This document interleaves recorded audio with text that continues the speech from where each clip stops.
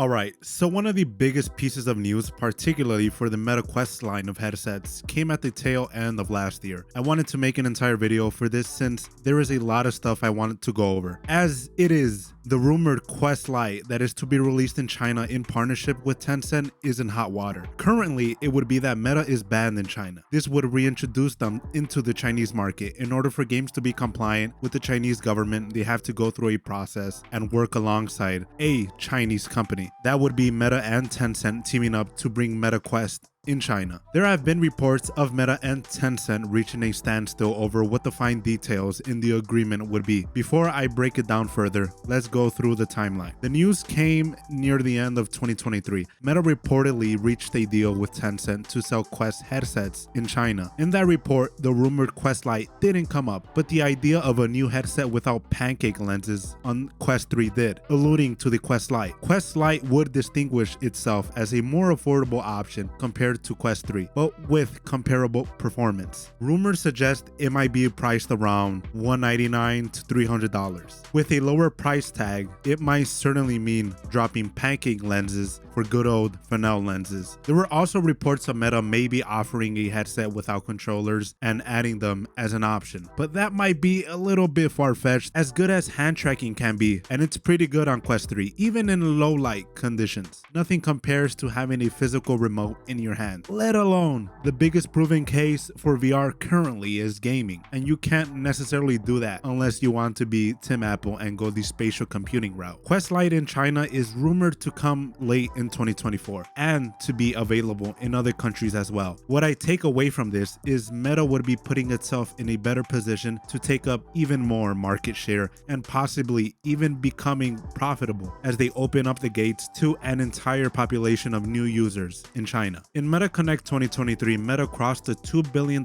threshold, but it kind of slowed down a bit to an extent near the end of Quest 2's life cycle. But it shows people will spend money if the content is deemed worthy. The XR industry is in dire need for worthwhile experiences and apps. Another big part of this agreement is Meta would get most of the revenue generated directly from hardware sales. Meanwhile, Tencent would get its share from content in the store, whether that's apps or experiences, as it would directly control every aspect, as it would have to pass content regulation and restrictions to meet Chinese government standards. Another aspect is Tencent is a tech behemoth, and it's also a gaming behemoth. Market cap wise, they are up there with the likes of Samsung and in front of AMD. With Quest being a mobile headset, Tencent happens to own and develop some of the biggest titles that come to the platform on mobile, whether that's developing COD Mobile, PUBG Mobile, League of Legends, and its mobile iterations, as well as Tencent having ownership in Epic Games, a private company, and they own Riot Games. Mobile gaming is a humongous part of the gaming industry, as said by the legendary man himself.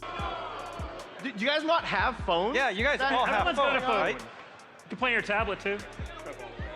When there's money to be made, these companies become really motivated to make and recoup as much as they can. Potentially, this partnership could be the catalyst to getting a license for an IP like PUBG and COD coming to standalone VR. Maybe even a chance of bringing a real Fortnite VR port. It could certainly be done. It's just a matter of whether the effort and funding is there. The closest thing to the metaverse currently are games like Roblox and Fortnite, where it's free, but they allow a slew of customizations and worlds, not being limited to its core gameplay loop. Large IPs are big for bringing newcomers and old users, as Assassin's Creed VR Nexus, I saw a lot of people take interest that aren't necessarily too big on VR. Any little boost definitely helps to push the medium forward. Tencent would be making most of its revenue from apps and experiences, and they would essentially be motivated to bring new content into the store and maybe bringing those apps to other markets as well, like the US. Now, all of this news comes at a halt with the report of this deal allegedly being canceled. Chinese outlets were the first ones to break the news. The reason for this agreement coming to a standstill is over details of the project agreement. To my guess, it would possibly be the handling and control of user data, as money isn't necessarily a big concern for Meta at the moment, as this deal aims to just broaden their scope of introducing as many Chinese users into the Meta Quest ecosystem, allowing Meta to hold the VR industry in its grasp, becoming the XR standard essentially. With something like this, it's both great for everyone. The VR industry gets larger and my Chinese brothers can finally get something other than, let's be honest, the disappointment that Pico has been recently. Quest is still the go-to platform, and even Pico is sidestepping their ambitions to take on Apple Vision Pro instead of Meta Quest. US users don't have to worry about getting certain content restrictions, as the storefront would be curated for the Chinese demographic only. And Quest Lite releasing alongside would be Meta re-entering inside China, and the potential for Quest Lite to release in China could be really good for headset sales. It would be interesting as this news develops, and hopefully we get more concrete news leading up to the release of Quest Lite, as Quest Lite will position itself at a price point similar to Quest 2 with the power of Quest 3. It could potentially overtake Quest 2 in sales as the most sold to date VR headset, as Quest 2 was released during COVID lockdown, where most people were stuck inside their homes. As much as American companies dislike not having full autonomy in the Chinese market with the CCP, when you have almost 1.5 billion users, that's worth it alone that even a privacy-centric company like Apple is willing to overlook. And since Meta is footing the bill for pretty much everything AR, VR, MR, XR related, maybe something along the profits and percentage give or take wasn't seen eye to eye, and Meta would essentially be handing over the control of everything content to Tencent. But yeah, I wanted to recap this as I previously made a video on this topic early on. Let me know what you think about this topic down below. Leave a like, subscribe for similar content, and yeah, see ya.